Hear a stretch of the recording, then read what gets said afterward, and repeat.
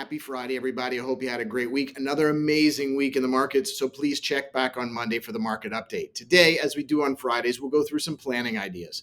Now, today is August 2nd, 2024, and this is your Friday planning video.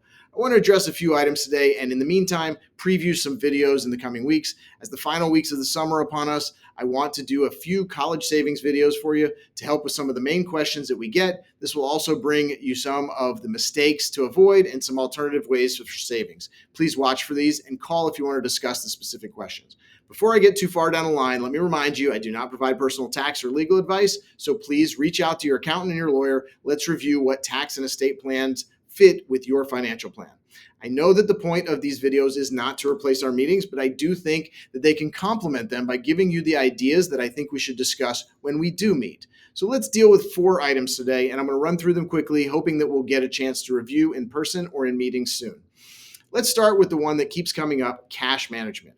Weekly now, I still hear from people who have not been able to handle this item. Simply put, 2 years ago, any cash that you had was earning nothing in the bank, no matter what you did. At least to a large degree, nothing. This was the time of 5-year CDs at 0.75%. Now, I don't want to go into certificates of depreciation conversation, but suffice it to say, as I've mentioned, we live in historic times. Today, rates on cash are significantly higher. As of today, August 2nd, 2024, you should be able to find a bank account to hold your cash and pay you over 5% interest. This is on a bank savings account.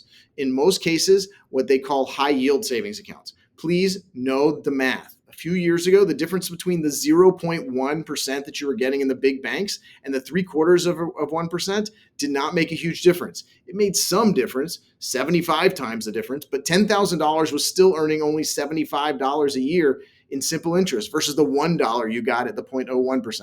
Today, that same comparison is $1 at 0.1%, what you're getting at many of the big banks, to $550 per year at 5.5% simple interest.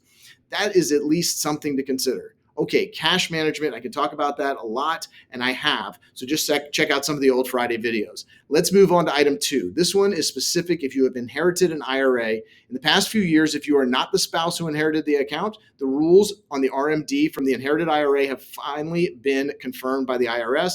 They've seriously been postponing this answer, and I have to say I'm not surprised at the answer at all. If the owner of the IRA was taking the RMD from that account already, they were or past RMD age, you will be required to continue to take RMDs from that account starting this year. This is in addition to the new law that eliminated the stretch IRA. This makes it so that you are required to withdraw the entire amount of the IRA by December 31st of the 10th year after the date of your loved one's passing.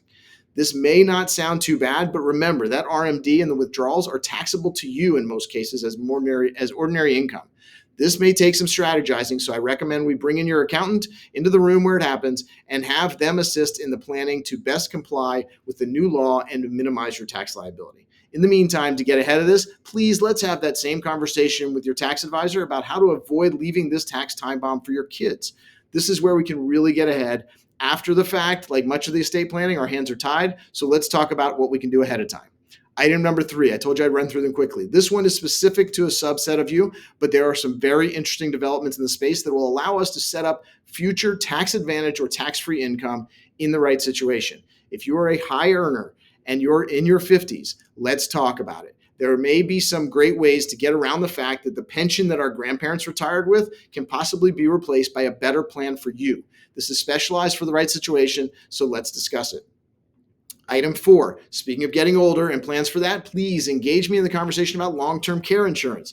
There are myths and facts that we should go over, and I think that you will be surprised at what is available for you if you're currently in good health. Even if you're older than you think you should be to look at this, I'm currently working with a 79-year-old to see if the plan is going to work. Okay, a bonus. Since I'm moving so quickly, when it comes down to your estate planning, we'll start with the simple, please do it. Next, please take all instructions and complete them. This includes retitling your assets, and to dig into the details, please set up your papers. Yes, you know what those are. Set them in order. If the idea of papers is foreign to you, please make sure that your heirs have the ability to access your digital files. Finally, on this one, I will warn you when the time comes, but patience is needed if you are the executor. We will do all we can working with your legal and tax team. There is often something that you missed, a stock that was missing, and 6 months later, a dividend check shows up. And the estate work that was done, it gets opened again. We'll do all we can to avoid this, but it sometimes happens. All right, welcome to August. Check out the new blog coming soon to the website. For now, please stay in touch. Let's talk about these ideas. Have a great weekend.